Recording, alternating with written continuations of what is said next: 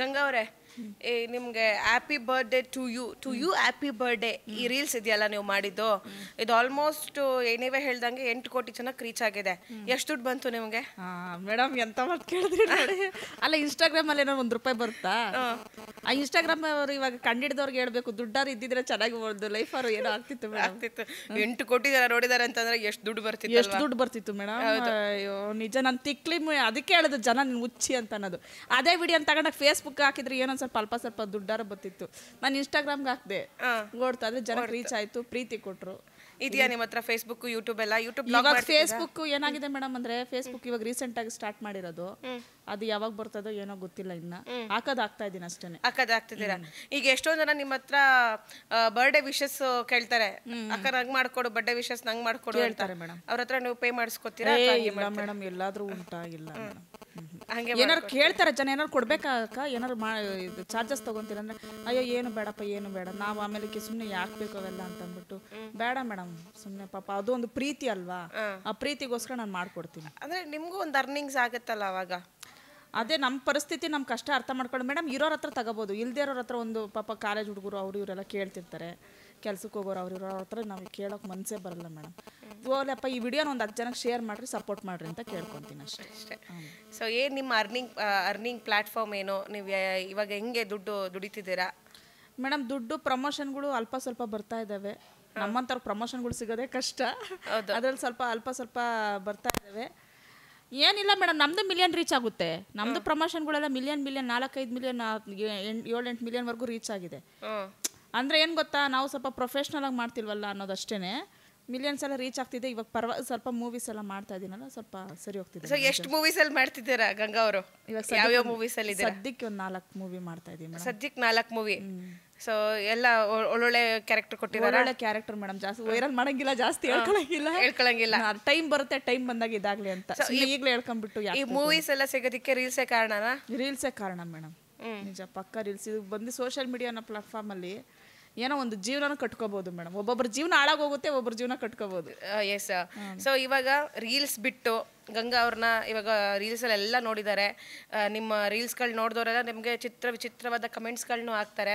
So ಅಪಾರ್ದಿ ಅಂದರೆ ಅದನ್ನು ಬಿಟ್ಟು ಹೇಳೋದಾದರೆ ನಿಮ್ಮ ರಿಯಲ್ ಲೈಫ್ ಸ್ಟೈಲ್ ಹೇಗಿರುತ್ತೆ ಆ್ಯಂಡ್ ನಿಮ್ಮ ಫ್ಯಾಮಿಲಿ ಬಗ್ಗೆ, ನಿಮ್ಮ ಬಗ್ಗೆ ಒಂದು ಪರಿಚಯ ಮಾಡ್ಕೊಳ್ಳಿ. ನಾನು ಮನೇಲಿ ನಾರ್ಮಲ್ ಆಗಿ ಇರ್ತೀನಿ. ಏನೋ ವೈಲೆಂಟ್ ಆಗಿದ್ರೆ ನಾನು ಗಡ್ಡ ಬಿಟ್ಟೋಗ್ತೀನಿ ಅಷ್ಟೊತ್ತಿಗೆ. ಅಲ್ಲ ಅವ್ರು ಕೇಳ್ತಿರ್ತಾರೆ, ಹೆಂಗ್ ಸಂಸಾರ ಮಾಡ್ತಾರೆ ಗಂಗಕ್ಕ ನಿನ್ ಗಂಡ ನಿನ್ ಜೊತೆಗೆ? ಮಾಡ್ತಾರೆ, ಮಾಡಲೇಬೇಕಲ್ಲ, ಕಟ್ಕೊಂಡ್ಮೇಲೆ ಸಂಸಾರ ಮಾಡಲೇಬೇಕಲ್ಲ, ಮಾಡ್ತಾರೆ. ಅವ್ರ ಹತ್ರನು ಹಂಗೆ ಜಗಳ ಆಡ್ತಿರ್ತೀರಾ? ಒಂದ್ಸತಿ ಕೋಪ ಬಂದ್ರೆ ಅವ್ರಿಗೆ ಗೊತ್ತಾಗುತ್ತೆ, ಕೋಪ ಬಂದ್ರೆ ತಡಿಯಲ್ಲ ನಾನು. ಮನೇಲಿರೋ ಐಟಮ್ಸ್, ಕೆಲವು ಕಡೆ ಗಂಡಸರುಗಳು ಕೋಪ ಬಂದ್ರೆ ಅದಿದ್ದು ಐಟಮ್ಸ್ ಹೊಡೆದಾಕ್ತಾರೆ, ನಾನು ನಮ್ಮನೇಲಿ ಹೊಡೆದಾಕ್ತೀನಿ. ನೀವೇ ಒಂದು 10 ಮೊಬೈಲ್ ಹೊಡೆದಾಕ್ಬಿಟ್ಟಿದ್ದೀನಿ. ಅದಕ್ಕೆ ದೇವ್ರು ಶಿಕ್ಷೆ ಕೊಟ್ಟಾನೆ ನೀವು ಕಡೆಗೆ. ಈ ಮೊಬೈಲ್ ವ್ಯಾಲ್ಯೂ ಯಾವಾಗ ಗೊತ್ತಾಗಿದ್ದು ಅಂತಂದ್ರೆ ಈ ಇನ್ಸ್ಟಾಗ್ರಾಮಿಗೆ ಬಂದ್ಮೇಲೆ ಒಂದು 10 ಮೊಬೈಲ್ ಹೊಡೆದಾಕ್ಬಿಟ್ಟಿದ್ದೀನಿ. ಗಂಡನ ಜಗಳ ಆಡ್ಕೊಂಡು ಇವಾಗ ಅದ್ರ ಬೆಲೆ ಗೊತ್ತಾಗ್ತಿದೆ. ಅದ್ರ ಶಾಪ ಅನ್ಸುತ್ತೆ, ಮೊಬೈಲ್ ಹೊಡೆದಿರೋ ಶಾಪ. ಮೊಬೈಲ್ಗಳು ಶಾಪ ಹಾಕ್ಬಿಟ್ಟು ಇವಾಗ ರೀಲ್ಸ್ ಮಾಡಕ್ ಮೊಬೈಲ್ಗಳು ಇಲ್ದಂಗಾಗಿದೆ. ಒಂದು ಐಫೋನ್ ತಗೋಬೋತಾರೆ ರೀಲ್ಸ್ ಮಾಡಕ್. ತಗಂತೀನಿ ಮೇಡಮ್, ಏನ್ ಹಿಂಗೆ ಇರ್ತೀವ, ಇರೋರು ಹಿಂಗೆ ಇರ್ತೀವ. ಒಂದಲ್ಲ ಒಂದ್ ದಿವಸ ನಮಗೂ ಬರ್ತೀವಿ ಟಾಪ್ ಅಲ್ಲಿ. ಅವಾಗ ತಗೋತೀರಾ? ಹೆಂಗೆ ನಿಮ್ಮ ಹಸ್ಬೆಂಡ್ ಹೆಂಗ್ ಸಪೋರ್ಟ್ ಮಾಡ್ತಾರೆ? ಸಪೋರ್ಟ್ ಮಾಡ್ತಾರೆ ಮೇಡಮ್. ಸ್ಟಾರ್ಟಿಂಗ್ ಸ್ವಲ್ಪ ಬೇಜಾರಾಯ್ತು ಅವ್ರಿಗೂ. ಮಾಡ್ಕೊಂಡು ಹೋಗೆ, ಏನ್ ನೀನ್ ತಪ್ಪು ಮಾಡ್ತಿದ್ಯಾ, ಮಾಡ್ಕೊಂಡು ಹೋಗು, ತಲೆ ಕೆಡಿಸ್ಕೋಬೇಡ ಅಂತ ಹೇಳ್ತಾರೆ, ಸಪೋರ್ಟ್ ಮಾಡ್ತಾರೆ. ಅವಾಗ ರೇಗ್ತಾ ಇರ್ತಾರೆ, ಅದೆಲ್ಲ ಸ್ವಲ್ಪ ಮ್ಯಾನೇಜ್ ಮಾಡ್ಕೊಂಡು ಹೋಗ್ತೀನಿ. ಹೆಂಗೆ ನಿಮ್ಮ ಹಸ್ಬೆಂಡ್, ನಿಮ್ದು ಅರೇಂಜ್ ಮ್ಯಾರೇಜಾ ನಿಮ್ದು ಲವ್ ಮ್ಯಾರೇಜಾ? ಹೇಳಿದ್ರೆ ಯಾರು ನಂಬಲ್ಲ. ಲವ್ ಮ್ಯಾರೇಜು ಹೆಂಗ್ ಲವ್ ಆಯ್ತು ಅವ್ರಿಗೆ? ಆಯ್ತು ಮೇಡಮ್, ಅದು ಹೆಂಗೋ ಆಯ್ತು, ಆಗ್ಬಾರ್ದಾಗಿತ್ತು, ಆಗೋಗ್ಬಿಡ್ತು. ಮದ್ವೆ ಆದ್ಮೇಲೆ ಆಗ್ಬಾರ್ದಾಗಿತ್ತು ಅಂತಾರಲ್ಲ, ಇಂಟರ್ವ್ಯೂ ನೋಡಿದ್ಮೇಲೆ ಆ ಗಂಡ ಜೀವಕ್ಕೆ ಹೆಂಗ್ ಅನಿಸ್ಬೇಡ ಹೇಳಿ? ಅಯ್ಯೋ ಬನ್ನಿ ಮೇಡಮ್, ಈ ಲವ್ ಪವು ಎಲ್ಲ ಈಗ ಮಾಡಬಾರ್ದು ಮೇಡಮ್, ಸುಮ್ಮನೆ ಅವೆಲ್ಲ ಟೈಮ್ ವೇಸ್ಟ್ಗಳು. ಅವಾಗೆಲ್ಲ ಏನೋ ಒಂದು ಕ್ರೇಜ್ ಇತ್ತು, ಒಂದು ಲವ್, ನನಗೊಂದು ಬಾಯ್ ಫ್ರೆಂಡು, ನನಗೊಂದು ಗರ್ಲ್ ಫ್ರೆಂಡ್ ಅವರೇ ನೋಡ್ರಪ್ಪ ಅಂತಂದ್ಬಿಟ್ಟು ಏನೋ ಒಂದು ತೋರ್ಸ್ಕೊಳಕ್ಕಂತ ಲವ್ ಮಾಡ್ತಾರೆ. ಇವಾಗ ಮನ್ಸಿಂದನೂ ಲವ್ ಮಾಡ್ತಾರೆ ಮೇಡಮ್. ನಾವು ಎರಡೂ ಮಾಡಿದ್ವಿ, ತೋರ್ಸ್ಕೊಳಕ್ಕೂ ಮಾಡಿದ್ವಿ, ಮನ್ಸಿಂದನೂ ಮಾಡಿದ್ವಿ. ಲಾಸ್ಟ್ ಗಂಟ ಹಾಕ್ಬಿಟ್ಟು ಇವಾಗ ಒಂದು ಮಗುನೂ ಇದೆ. ಇವಾಗ ಮಗು ಇಷ್ಟೇನ ಲೈಫ್ ಇದೆ, ಲವ್ ಅನ್ಸುತ್ತೆ. ಇವಾಗ ಏನು ಲವ್ವೇ ಇಲ್ಲ ಮೇಡಮ್. ಹಂಗಂದ್ರೆ ಇವಾಗ ಹುಡುಗಿರು ಫಸ್ಟ್ ನಾವು ಸೆಟ್ಲ್ ಆಗ್ಬೇಕು, ದುಡ್ಡು ಮಾಡ್ಕೋಬೇಕು, ಆಮೇಲೆ ಮದ್ವೆ ಆಗ್ಬೇಕು ಅಂತ ಇವಾಗ 33 ವರ್ಷ 35 ವರ್ಷ ಆದ್ರೂ ಮದ್ವೆ ಆಗ್ತಿರಲ್ಲ. ಅದೇ ಒಳ್ಳೇದು ಅಂತೀರಾ? ಇವಾಗ ಸ್ವಲ್ಪ ನೋಡಿದ್ರೆ ಅದೇ ಒಳ್ಳೇದು ಅನ್ಸುತ್ತೆ. ಬಟ್ ಕಡೆವರೆಗೂ ಪ್ರೀತಿ ಇರಲ್ಲ ಮೇಡಮ್. ಅದು ಆ ಮದುವೆಗಳಲ್ಲಿ ಅಂಥ ಮದುವೆಗಳಾದರೆ ಓಕೆ ಸೆಟ್ಲ್ ಆಗ್ರಿ, ಚೆನ್ನಾಗಿರ್ರಿ, ಬೇಡ ಅಂತ ಹೇಳ್ತಾ ಇಲ್ಲ. ಅಂದರೆ ಏನಪ್ಪ ಅಂತಂದರೆ ಒಂದು ಮನಸ್ಸಿರೋ ಹುಡುಗನ ನೋಡಿ ಪ್ರೀತಿ ಮಾಡ್ಬೇಕಷ್ಟೇ. ನಿಮ್ಮ ಹುಡುಗನಿಗೆ ಯಾವ ಥರ ಮನಸ್ಸಿದು? ಮನಸ್ಸೈತೆ ಮೇಡಮ್, ದೊಡ್ಡ ಸಹಿಸ್ಕೊಂಡವ್ರಲ್ಲ, ದೊಡ್ಡ ಮನ್ಸೇ ಐತೆ. ಹೆಂಗ್ ಇಷ್ಟಪಟ್ರು ಅವರೇ ಪ್ರಪೋಸ್ ಮಾಡಿದ್ದ ನಿಮ್ಗೆ ಅಥವಾ ನೀವು? ಮೇಡಮ್ ನಂಬಲ್ಲ ಬಿಡಿ, ನಾನು ಹೇಳಿದ್ರೆ. ನೀವೇ ಪ್ರಪೋಸ್ ಮಾಡಿರ್ತೀರಾ? ಅವರೇ ಮಾಡಿರೋದು. ಅವರೇ ಮಾಡಿದ್ದ? ನಂಬಲ್ಲ, ಆದ್ರೂ ಅವರೇ ಮಾಡಿರೋದು. ನಿಜ ಮೇಡಮ್, ನನ್ಗೆ ಯಾರು ಪ್ರಪೋಸ್ ಮಾಡೋ ಫೇಸ ಮೇಡಮ್ ನಂದು ಅಲ್ವಾ? ಚೆನ್ನಾಗಿದ್ದೀರಾ ಗಂಗಕ್ಕ ನೀವು. ಏನ್ ಕಮ್ಮಿ ಆಗಿದೆ ನಿಮ್ಮಲ್ಲಿ? ನಿಮ್ಮ ಸ್ಮೈಲು, ನಿಮ್ಮ ಕಣ್ಣು ಹೈಲೈಟ್ ನಿಮ್ ಫೇಸ್ ಅಲ್ಲಿ. ಮೇಡಮ್ ಕಲ್ಲರೇ ಇಲ್ವಲ್ಲ ಮೇಡಮ್? ಕಲ್ಲರ್ ಏನು, ಕ್ರಿಶ್ಚಿಯನ್ ಕಲರು ಕಪ್ಪೆ. ಹಂಗಂತ ಕ್ರಿಶ್ಚಿಯನ್ ಯಾರು ಇಷ್ಟಪಡಲ್ವಾ? ಎಲ್ಲರೂ ಇಷ್ಟಪಡ್ತಾರೆ. ಏನಕ್ಕೆ ಇಷ್ಟಪಟ್ರಂತ ನಿಮ್ಮ ಹಸ್ಬೆಂಡ್ ನಿಮ್ನ? Hairs, long hair.